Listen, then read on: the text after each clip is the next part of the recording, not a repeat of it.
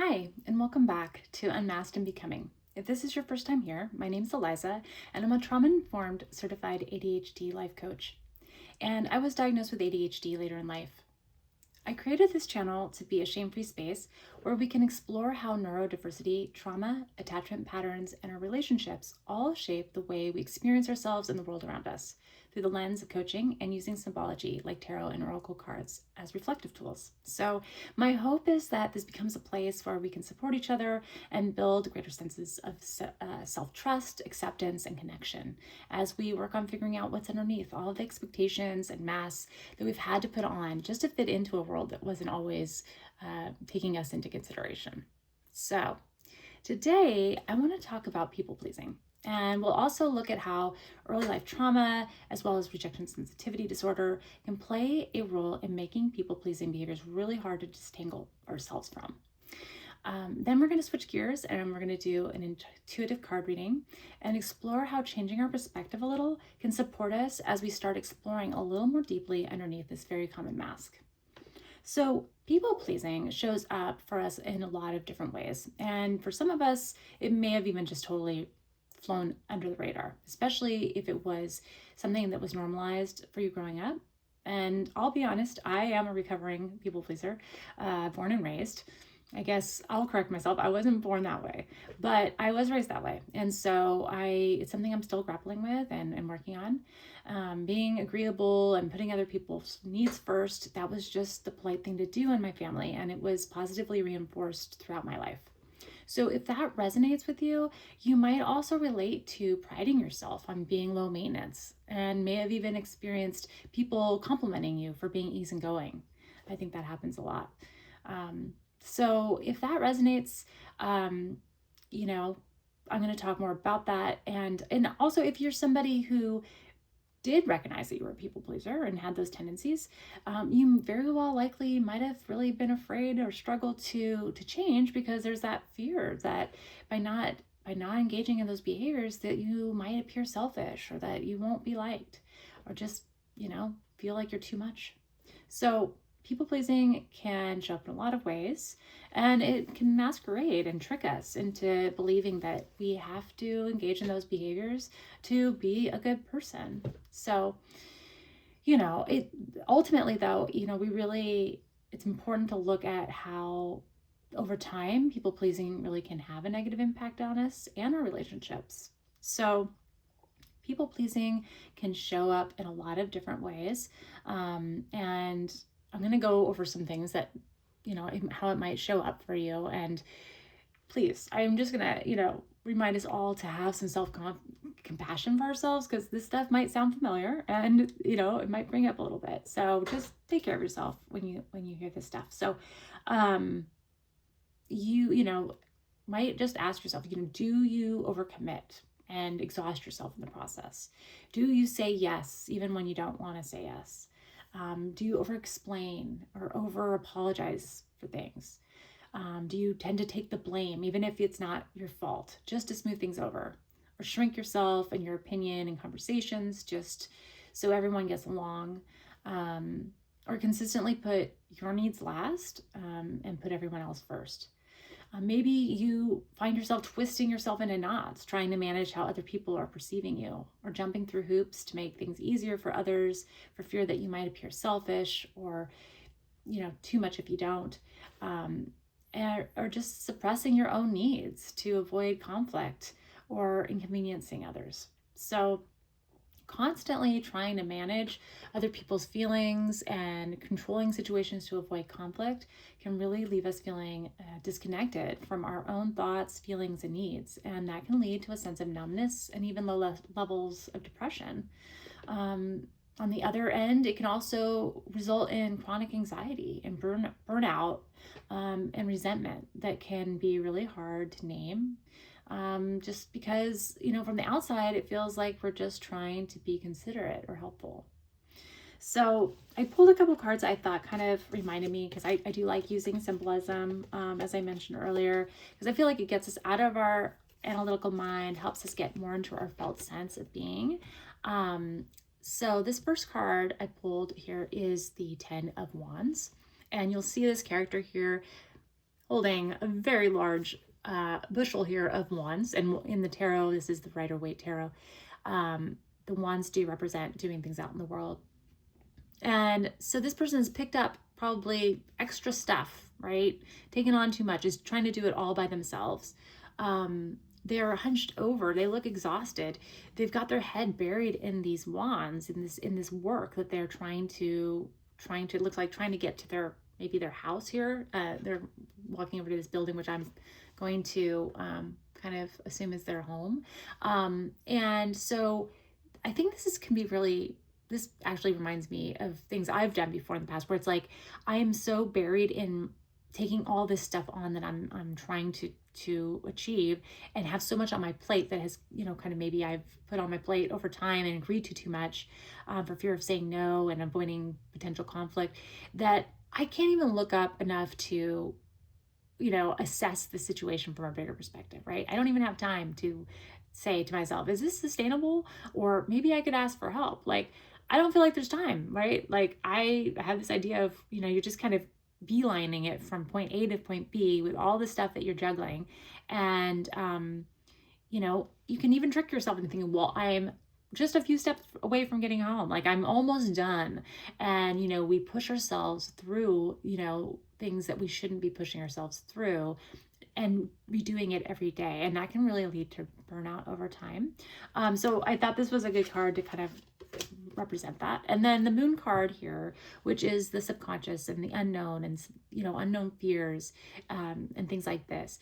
It just, for me, that unknown fear of what would happen if I set down this load. What would happen if I asked for help? What would happen if I said no and set a boundary and didn't take all this on, or, spoke up for myself and, in a situation and that kind of thing. It's like, it can feel like, this thing that you've been trying to hold together could just all fall apart, or people are going to see you as selfish, or, you've agreed to this, so you have to follow through, these ways that we can convince ourselves into holding on to these kind of masks, or these ways of being in the world, that are not in the long run helping us, right? So why do we do this? Well, there are a lot of reasons why, and some of them are very valid, right? So for those of us who are neurodivergent, people-pleasing can be a learned set of behaviors to cover up for the challenges we might have experienced in social situations. Struggling to read social cues or manage our emotions and energy, we may have had to overcompensate with people-pleasing just to fit in and to hopefully get people to like us. And when there is a lot of pressure to fit in, and that is, especially true, there's just a lot of pressure when we're kids, especially, to fit in. We learn to mask behind people pleasing as a way to be strategic in avoiding the criticism and rejection that many of us were already experiencing far too much of in our lives growing up. And that actually brings me to the point of talking about RSD, or Rejection Sensitivity Dysphoria. So that's really important to mention because it does impact a lot of us, especially if you have ADHD. And while it's not listed in the DSM, which is the diagnostic tool that mental health professionals use when working with clients and diagnosing, most ADHD experts do agree that RSD is a very real thing, and it has a really big impact on people. If you're not familiar with RSD, it is a very intense emotional and often physical felt sense that occurs when actual or perceived rejection is experienced. So sometimes people will actually describe it as like being kicked in the stomach or stabbed in the back. It can really be just so, overpowering experience, a feeling, and can lead to unstable mood shifts and bursts of anger or rage that can be directed towards others or turned within and turned on ourselves. And it's just an overwhelming experience. So avoiding that can feel really urgent in the moment. And for a lot of us, people pleasing becomes one of the primary ways we try to protect ourselves from having that intense experience. So people pleasing also can get wired into our nervous system. It's really, kind of an interesting thing, especially if you experience challenges or difficult experiences with caregivers growing up, or if you experienced early childhood trauma. And our nervous system is really complex. So I'm not going to go into this deeply, but in a nutshell, our nervous system is constantly sending messages between our brain and our bodies. And it's helping us to regulate our responses to what's happening around us. And it does this automatically. We don't consciously decide how to react when we feel threatened. Our nervous system makes that call for us very quickly based on what is learned will keep us the safest. So most of us are familiar with the term fight or flight and freeze, for example. An example of this would be if you come across a large animal out in the woods by yourself or something, and your nervous system is going to decide what is the best response to stay safe. Is it going to be fighting off that animal, or is it actually running, or maybe just staying still and freezing? But there is another response that I don't think gets a lot of airtime, and it's called fawning. And it's really interesting because it's where I think trauma and people pleasing really intersect. So Peter Walker, a licensed psychotherapist and author who specializes in complex PTSD, he talks about fawning, and in his book, it's called Complex PTSD, From Surviving to Thriving. And in there, he talks about, especially for children, if they're experiencing a threatening situation from a caregiver, that fighting or running is often not an option, right? Because our caregivers are the ones that we are fully reliant on as children to keep us safe and alive, right? So if running or fighting is just not an option there, then the nervous system has learned to adapt in a different way, which is called fawning, from what he explains. And basically, it's the way of diffusing a situation so that you are able to maintain safety while preserving the relationship you have with your caregiver. So that's really key there. So that fawning looks a lot like those people-pleasing behaviors that I mentioned earlier, like shrinking, over-apologizing, agreeing just to appease people, minimizing our own experiences, or you might find yourself, if something is uncomfortable, you might laugh it off or actually shrug it off even if it's hurting your feelings or something's going on that doesn't feel right. So if conflict or disagreement wasn't safe growing up for you, and you had to quickly read the room, anticipate other people's behaviors, and diffuse emotions of others and your caregivers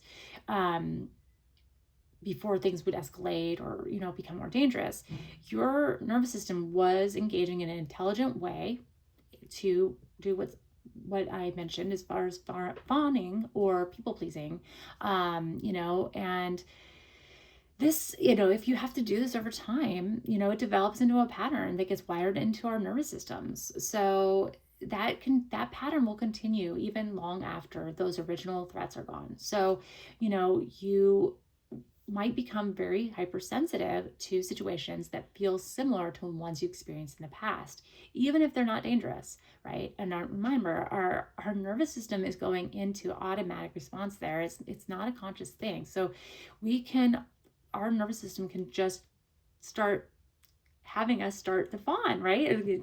We go into that mode, and it can be hard to pull out of because we're feeling a lot of anxiety around these situations that feel similar to the past. So when our nervous system is constantly trying to basically on hyper alert like that, it is like at this low grade state of alertness, and over time that creates a lot of anxiety and also can just be exhausting and lead to burnout, like I mentioned earlier. But the key to understanding this, and I'm really hoping that you're hearing, is people pleasing is not a weakness from this perspective, right? It was our nervous system doing exactly what it was designed to do to keep us safe, right? We're powerful beings. We were able to overcome a lot of challenging situations to get here. And it's not our fault that those patterns got wired in, to the way we navigate the world as adults now. So, it's good to keep that in mind. But the good news is, as I mentioned, we are powerful beings. So that doesn't mean we have to get stuck with these ways of handling situations if they're no longer serving us, right? So we can heal our nervous systems and learn more adaptable ways to keep ourselves safe while building that relationship with ourselves and others in a healthy way. So I know that's a lot. And, if you've been struggling with this for a long time, or if you feel like you are still really needing to work through past experiences that are still weighing on you, or struggling with really overwhelming emotions, I just really want to encourage you to find the support that you need. It can be so helpful. You don't have to do this alone, especially if you can find a therapist who understands somatic work, working with the body, who understands ADHD and trauma and these kinds of things. It can be really helpful to healing this kind of stuff. And I'll put a link to Psychology Today, which is a good resource for finding a therapist in your area if you're interested.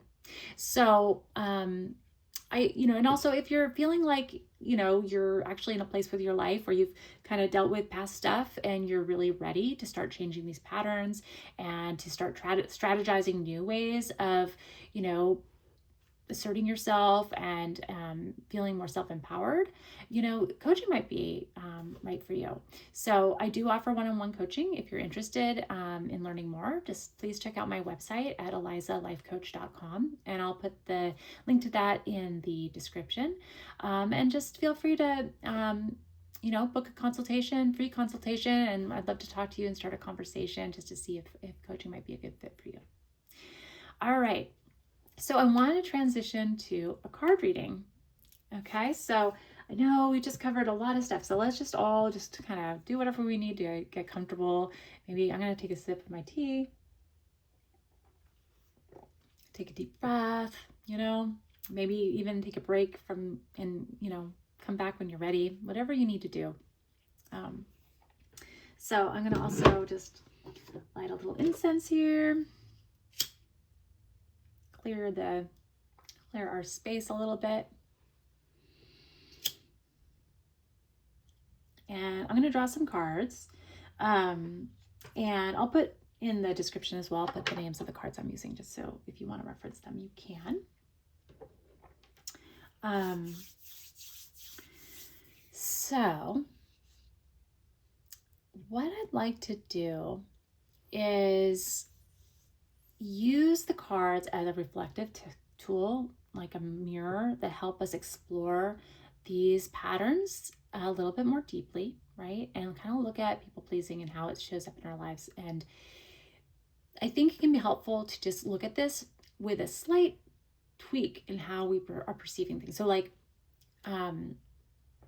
just from a coaching perspective, asking ourselves a question, what might it be like if the person whose needs we're tending to first in our lives were our own? And if that feels like too far of a stretch, because I'm definitely not asking you to, think about what it would be like if you just stopped caring about the people in your life. I'm just, because, most of us are way too conscientious for that to even be a concern.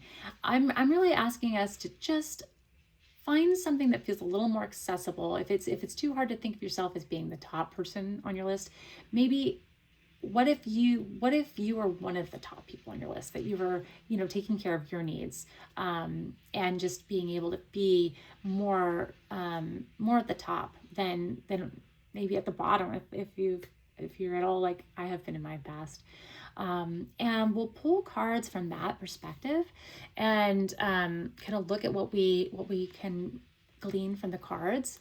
I'm going to share sort of my intuitive read on some of the things that come up for me with the symbolism, but I do encourage you to always, ask yourself how it resonates, and if it doesn't resonate what I'm sharing, find your own way of looking at it, or let go things that don't fit for you, right? So let's take a look and see. I'm just gonna pull some cards. We'll see how many I pull. I'll feel it out based on what I'm getting intuitively, but let's just clear our minds and just ask our higher intuition, our higher wisdom, if you will, higher self, just to help us get some clarity around the issue of people pleasing, and just notice what comes up for us when we imagine being someone who is at the top of our list or near the top of our list when we're considering our needs and taking care of ourselves, right? Let's just see what wants to come up around that. How might our lives be if we were to do that? So we get the Two of Wands here, and that is really a choice point, right? The two, we're making a choice. We can sort of, when things come up for us, what would happen if we slow down just a moment and really weigh out how we feel about something before we give someone an answer, before we agree to something, before we take something on, right? And this person is holding a globe in one hand here, and they're kind of looking off into the distance, right? So it's kind of different from that Ten of Wands, right? Where the person was just so focused on this big load of work that they were taking on. They are really looking at their surroundings, taking a real assessment of what's going on in their life before making this choice, right? What do I want to do? What do I want to do? What is going to actually be able to allow me to do the things I really need to do and also take care of myself? How can I weigh those things and balance? I think that's really a good place to start, is by slowing things down when we are given a choice or asked to do something, right? Is just really considering the whole situation before we answer. So that's really interesting. Okay. All right. So I'm wondering, I'm just so curious, like, what challenges might we experience when we are trying to do that, right? What might come up for us that we need to understand better?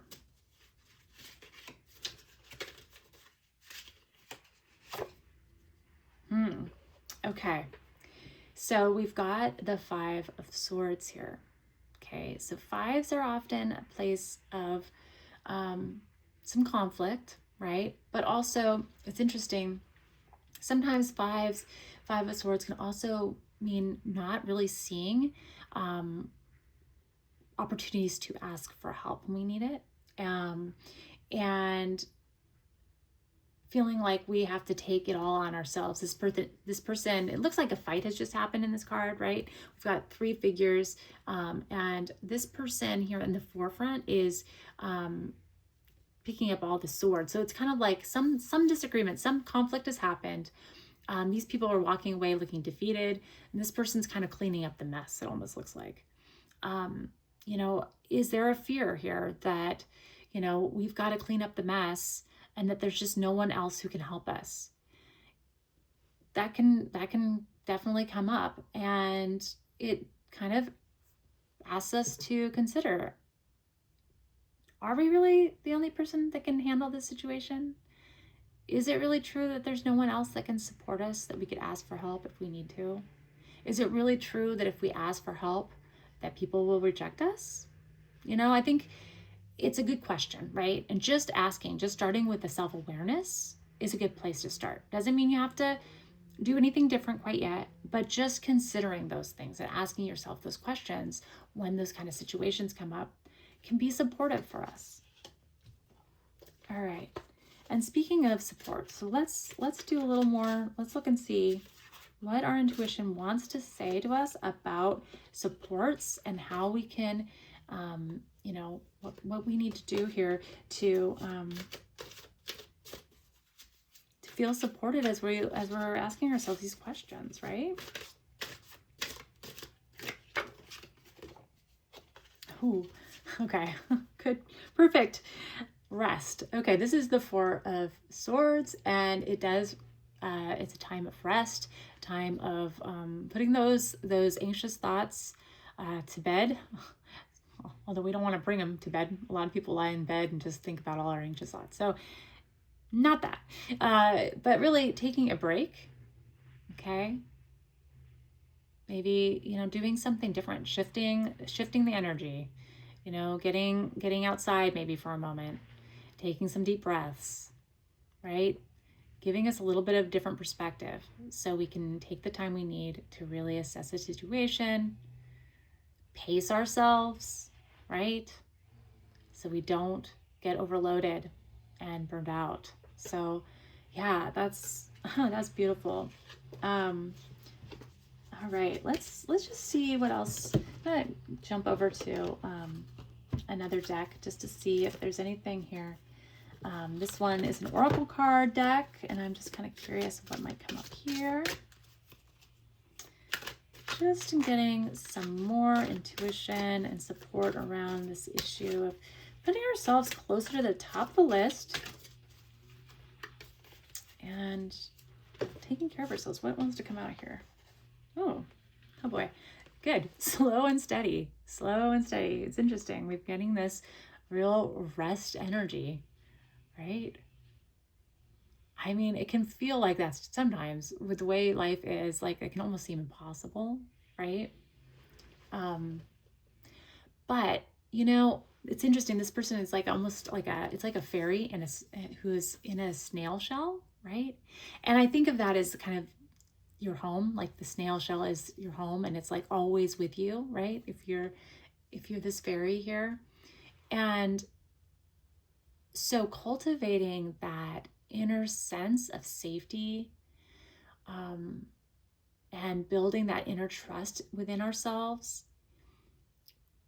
we can find ways to rest even in really stressful situations. It could just look like a nice, slow, deep breath and reminding ourselves of, you know, the present moment and putting things in perspective. And, you know, maybe it does mean taking a 5-minute break if you need to, right? I mean, there are times when we really need to step away, and sometimes stepping away can actually be a time saver in the long run. It might not feel like it in the moment, but when we take a break, we can come back with fresh eyes, a clear mind, and we can actually be a lot more efficient than if we just are constantly trying to push through things. And I think sometimes we just have to remember that when things get stressful. So that is a very cool reminder to take it slow and steady, right? Slow and steady wins the race, right? So awesome. Yeah, so I think I'll stop with that. I would love to keep going, but I don't want to make this too long of a video for you all. I know you're busy people, and I don't want to take up too much of your time. And I'm just so thankful that you're even here today. I really appreciate you showing up for yourself. If you made it all the way to the end here, you know, just simply starting to look at this stuff and starting to name it and get a little curious about where it came from, you know, that's really meaningful work. And, you know, I just hope that you're gentle with yourself and with anything that might have come up today. And, you know, if this resonated with you, please feel free to hit the like and subscribe button. It really does help me, you know whether this content is worth continuing to make. And please feel free to drop a comment. I'd love to hear from you. You know, let me know what landed for you today, or what you might want me to explore next. So I'd love to hear from you. All right. So until next time, please be kind to yourself, and I'm sending you lots of love.